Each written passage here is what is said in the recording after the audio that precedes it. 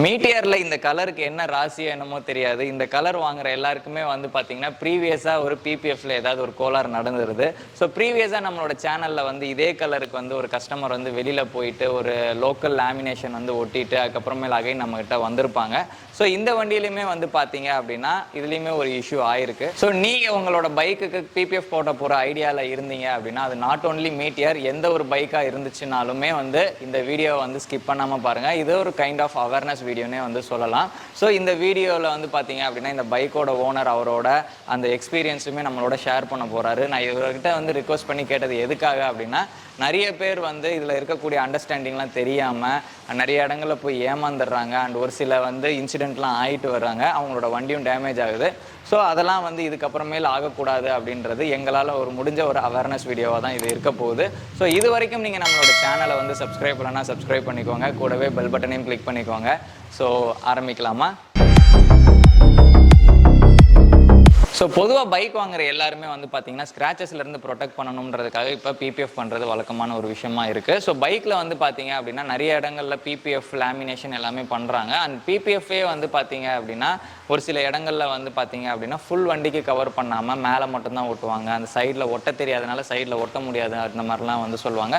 And ஒரு சில இடங்களில் வந்து பார்த்தீங்க அப்படின்னா லேமினேஷனே பண்ணிவிட்டு லேமினேஷனை பிபிஎஃப்னு வந்துலாம் சொல்கிறாங்க. ஸோ இது நம்மளோட நிறைய வீடியோஸில் வந்து அதுக்கான எக்ஸ்பிளனேஷனோட வந்து வீடியோஸ்லாம் வந்து போட்டிருக்கோம்.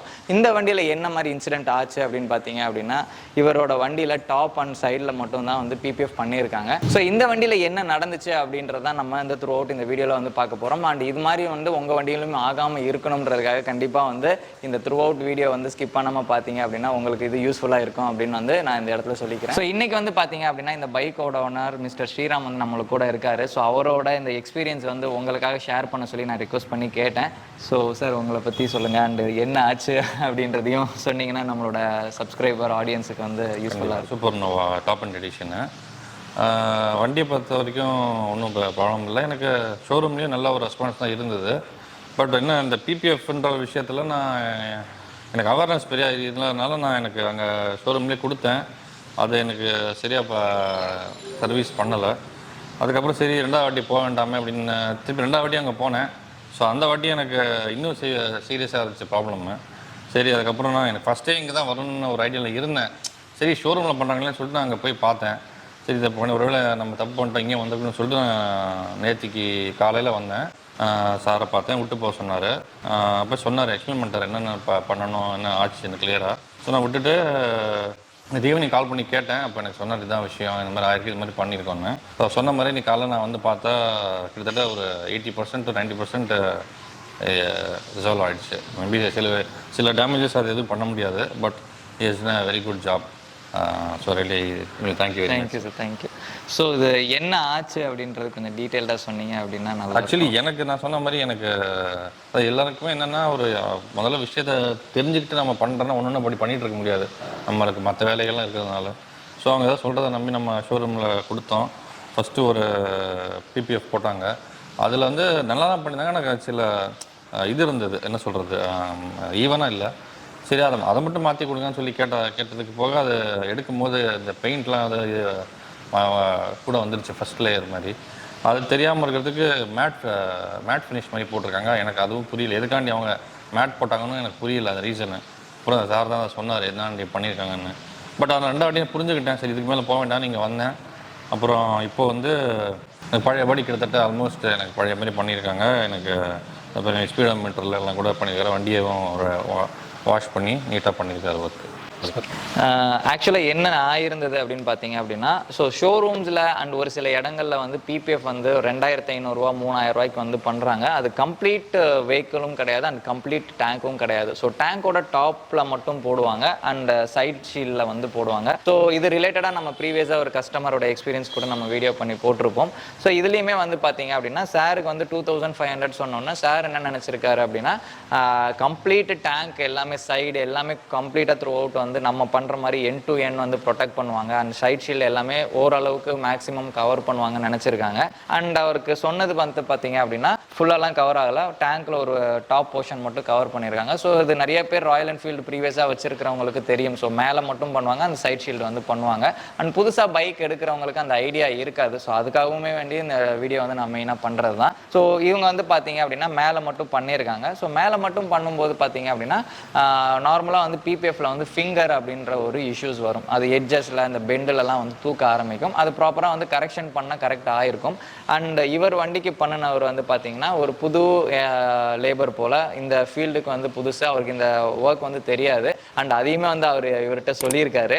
ஸோ அவர் ஃபஸ்ட்டு வந்து பண்ணியிருக்காரு. அந்த இஷ்யூவை இது பண்ணுறதுக்கு நான் எடுத்துகிட்டு மறுபடியும் புதுசாக போடுறேன் அப்படின்னு சொல்லிட்டு அகைன் வந்து இந்த ஃபிலிம் வந்து இன்ஸ்டால் பண்ணியிருக்காங்க. அந்த ஃபஸ்ட்டு டைம் போட்ட ஃபிலிமை எடுக்கும்போது என்ன ஆச்சு அப்படின்னு பார்த்தீங்கன்னா அது கைண்ட் ஆஃப் ஒரு பிராண்டட் மெட்டீரியல் இல்லாதனால வண்டியில் இருக்கக்கூடிய கிளியர் கோட்டெல்லாம் வந்து பார்த்திங்கன்னா இந்த மாதிரி இடங்கள்லாம் எல்லாத்துலேயுமே மேல் லேயர் வந்து வந்துடுச்சு. ஸோ அப்போ வந்து பார்த்திங்க அப்படின்னா அந்த ஷோரூமில் வந்து அந்த பையன் வந்து சொல்லியிருக்காங்க இந்த மாதிரி கிளியர்லாம் வந்திருக்குன்னு உடனே.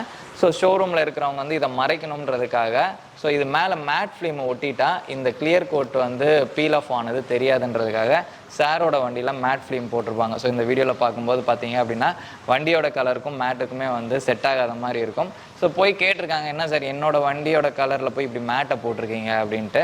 அவங்க எதோ சொல்லி வண்டியை கொடுத்து சமாளிச்சிருக்காங்க. ஸோ அடுத்த நாள் காலையில் இந்த வண்டியை பார்க்கும்போது இந்த இடங்கள்லாம் வந்து கிளியர் கோட் பீல் ஆஃப் ஆகிருக்கு. இதை வந்து அவர் ஃபோட்டோ எடுத்து ஷோரூம்க்கு அனுப்பி சார் இந்த மாதிரி இருக்குன்ற போது ஷோரூமில் இல்லை நாங்கள் கொடுக்கல நல்லா இருந்துச்சு, நீங்கள் தான் ஏதோ பண்ணிட்டீங்க அப்படின்னு சொல்லி சார்கிட்ட வந்து ப்ளேம் பண்ணியிருக்காங்க. அதுக்காக மறுபடியும் நீங்கள் வேணால் எடுத்துகிட்டு வாங்க, நான் இதை கரெக்ஷன் பண்ணி தரேன்னு சொல்லியிருக்காங்க. மறுபடியும் போய் எதுக்கு நம்மளோட வண்டியை ஏற்கனவே இதுவாகிடுச்சு அப்படின்னு சொல்லிட்டு தான் நம்மகிட்ட கேட்டார். இந்த மாதிரி ஃபிலிம் வந்து ஒட்டியிருக்கேன் எடுத்துகிட்டு வந்தார். அண்ட் காமிக்கும் போதே நான் சொல்லிட்டேன் சார் இந்த இடம்லாம் டேமேஜஸ் ஆகிருக்கு, இங்கெல்லாம் வந்து பிளேடு போட்டிருக்காங்க, இந்த ஸ்க்ராச்சஸ்லாம் வந்து போகாது, என்னால் முடிஞ்ச அளவுக்கு இந்த பழைய ஃபிலிமை எடுத்துகிட்டு பாலிஷ்லாம் பண்ணி எங்களால் என்ன இதை வந்து ரெக்கவர் பண்ணி கொடுக்க முடியுமோ பண்ணி கொடுத்துருக்கோம். அண்ட் நம்மளோட ப்ராசஸ் வந்து நிறைய பேருக்கு தெரியும். அண்ட் இதுலேயுமே வந்து ஒரு சினிமேட்டிக் வீடியோவாக நான் காட்டுறேன் என்னென்ன பண்ணியிருக்கோன்ட்டு. அண்ட் ஃபர்தராக வந்து நான் எக்ஸ்பிளைன் பண்ணுறேன்.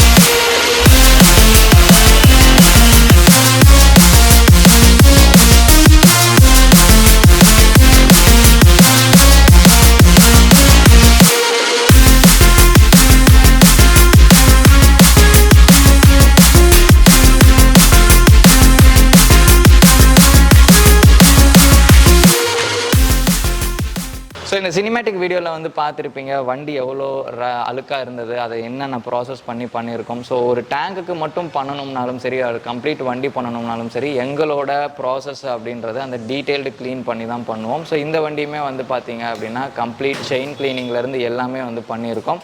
ஸோ பிஃபோருக்கும் ஆஃப்டருக்கும் வண்டியோட அப்பியரன்ஸே உங்களுக்கு அந்த டிஃப்ரென்சேஷன் வந்து நல்லாவே தெரியும். அண்ட் டேங்க்கில் வந்து பார்த்தீங்க அப்படின்னா கம்ப்ளீட்டாக வந்து 3 லேயராக போட்டு ஃபிலிம்ஸ் வந்து இன்ஸ்டால் பண்ணியிருக்கோம். ஸோ சைடு அண்ட் மிடில் எல்லாமே வந்து போட்டிருக்கோம். அண்ட் ஸ்பீடோமீட்டர் வந்து போட்டிருக்கோம்.